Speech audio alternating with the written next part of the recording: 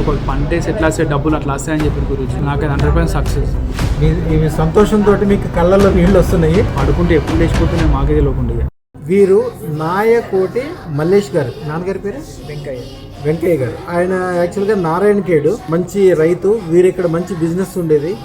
కొద్దిగా బిజినెస్లో దెబ్బతింటము, తండ్రిగా అనారోగ్యము, ఇక భూమి కూడా చాలా ఎక్కువ భూమి ఉండేది, దాన్ని అమ్మాల్సి రావడం, ఇలాంటి ఇబ్బందులు ఉండటం వలన మన దగ్గరకు వచ్చారు 3 నెలల క్రితము.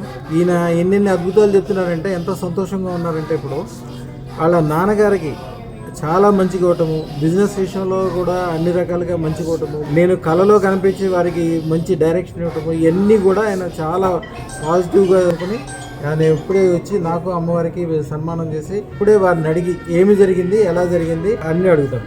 అయ్యా మీ పూర్తి పేరు?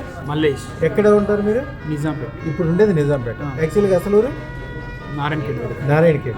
ఎన్ని రోజుల క్రితం అదృష్టం పెట్టుకున్నారు? 3 months. 3 నెలలు. చాలా సంతోషపడుతున్నారు. ఏం జరిగింది చెప్పండి. మా నాన్నగారు ఇంట్లో వండుకోకుండా గురించి లేచి వెళ్ళిపోతుండే. ఓకే. పెట్టుకోగానే మంచిగా అయిపోయింది. నాన్నగారి ఆరోగ్యం బ్రహ్మాండంగా అయిపోయింది. బ్రహ్మాండంగా అయింది. లేకపోతే చాలా ఇబ్బంది పెట్టబడుతుండే. పడుకుంటే ఎప్పుడు లేచిపోతున్నాయి మాకే తెలియకుండా. మస్తు చేసినాం, మళ్ళీ ఏడ కాలేదు.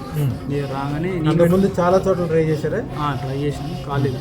నేను పెట్టుకుని మా నాన్నకైంది. ఇప్పుడు మా నాన్న కూడా వేయించామని అనుకుంటున్నాను.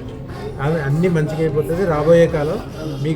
మీరు ఈ బిజినెస్ మీరు ఇప్పటికీ అనుకునే దానికంటే కూడా ఇంకా 100 రెట్లు 1000 రెట్లు పెరగడానికి నేను దానికి సంబంధించిన మంత్రము తంత్రం కూడా ఇస్తాను. మీకు ఈ పాటికి తెలిసిపోయిందండి.